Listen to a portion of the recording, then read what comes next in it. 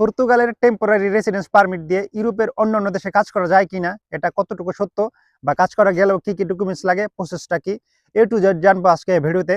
তো আপনি যদি আমার ইউটিউব চ্যানেলে নতুন হয়ে থাকেন অবশ্যই চ্যানেলটি সাবস্ক্রাইব করে দিবেন এবং ভিডিওটি একটু শেয়ার করে দিবেন যাতে করে অন্যরাও জানার সুযোগ পায়। এই ভিডিওটি আমি দুইটি পার্টে বিভক্ত করেছি। প্রথম পার্টে বলবো সরাসরি আপনি কিভাবে গিয়ে কাজ করতে পারবেন পর্তুগালের কার্ড দিয়ে। দ্বিতীয়ত বলবো মিডিয়া ইউজ করে আপনি কিভাবে কাজ করবেন। তো চলুন শুরু করা যাক। পর্তুগিজ পাসপোর্ট আমরা সকলেই জানি, পর্তুগালে পাসপোর্ট পেলে সেটা দিয়ে ইউরোপের অন্য দেশে কাজ করা যায়, লিগালি থাকা যায়, তো এটা নর্মাল ইস্যু, সবাই জানি। দ্বিতীয়ত যেটা হচ্ছে কার্তা দে লঙ্গা দোরাসাও। আপনি যদি পর্তুগালের এই কার্তা দে লঙ্গা দোরাসাও পান তাহলে কিন্তু আপনি পাসপোর্টের মতোই ইউরোপের অন্য দেশে লিগালি কাজ করতে পারবেন, থাকতে পারবেন। এখন আপনি কিভাবে কার্ডটি পাবেন বা কি কি ডকুমেন্টস লাগবে। পর্তুগালে যেদিন আপনার প্রথম রেসিডেন্স কার্ড ইস্যু হয়েছে পরবর্তী 5 বছর পর আপনি এই কার্ডের জন্য আবেদন করতে পারবেন। মানে আপনার প্রথম 2 বছরের কার্ড, পরবর্তীতে 3 বছরের কার্ড শেষ হলে আপনি এই কার্ডের জন্য আবেদন করতে পারবেন। কি কি ডকুমেন্টস লাগে এই কার্ডটি পেতে?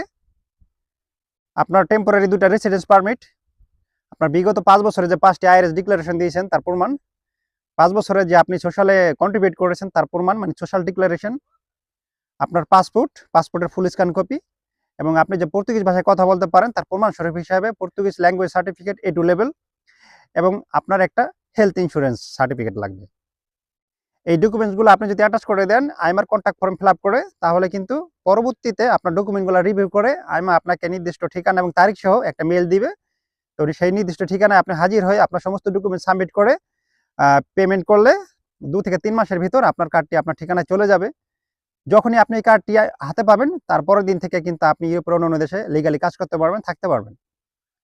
এটা গেছে এটা বললাম যে সরাসরি আপনি কিভাবে কাজ করবেন। দ্বিতীয়ত মিডিয়া ব্যবহার করে। তো পর্তুগালের টেম্পোরারি রেসিডেন্স পারমিট দিয়ে সরাসরি আপনি ইউরোপের অন্য দেশে লিগালি কাজ করতে পারবেন না। 30 দিন ভ্রমণ করতে পারবেন, মানে 3 মাস আপনি থাকতে পারবেন লিগালি, বাট লিগালি কাজ করতে পারবেন না। তো কাজ করতে হলে আপনি যদি ইউরোপের অন্য দেশে কাজ করতে চান, যে দেশে কাজ করতে চান সেই দেশের একটা মানে কোম্পানির সাথে আপনাকে ডিল করতে হবে। তারা যদি আপনাকে একটা ওয়ার্ক পারমিট ইস্যু করে তাহলে আপনি সেই ওয়ার্ক পারমিটের থ্রুতে আপনি লিগালি কাজ করতে পারবেন। এটা গেল একটা প্রসেস। আরেকটা উপায় আছে যে, উদাহরণস্বরূপ আমি যেই কোম্পানিতে কাজ করি, কোম্পানির মাধ্যমে আমি স্পেন এবং জার্মানিতে গিয়ে কাজ করি, আবার চলে আসি। তো আপনি যদি পর্তুগিজ কোনো কোম্পানিতে কাজ করেন, সেই কোম্পানি যদি আপনাকে ইউরোপের অন্য কোনো দেশে পাঠায় তাহলে আপনি এইভাবে কাজ করতে পারবেন। আর তৃতীয় যে প্রসেস, এজেন্সির মাধ্যমে ইউরোপের অন্য দেশে গিয়ে কাজ করা। পর্তুগালে অনেক এজেন্সি আছে যারা টাকার বিনিময়ে ইউরোপের অন্য দেশে কাজ করতে পাঠায়, যেরকম work supply, multi tempo by job and talent, ট্রাইমিং রিসোর্স, হিউম্যানিউজ, এরকম আর অনেক এজেন্সি আছে। আপনি একটু গুগলে খোঁজ নেবেন।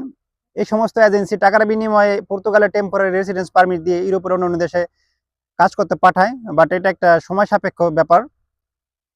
তো পরিশেষে আমি আপনাকে বললাম যে পর্তুগালের পাসপোর্ট, কার্তা দে লঙ্গা দোরাসাও আপনি দিয়ে আপনি সরাসরি কাজ করতে পারবেন। পর্তুগালের টেম্পোরারি রেসিডেন্স পারমিট দিয়ে সরাসরি কাজ করার কোনো সুযোগ নেই।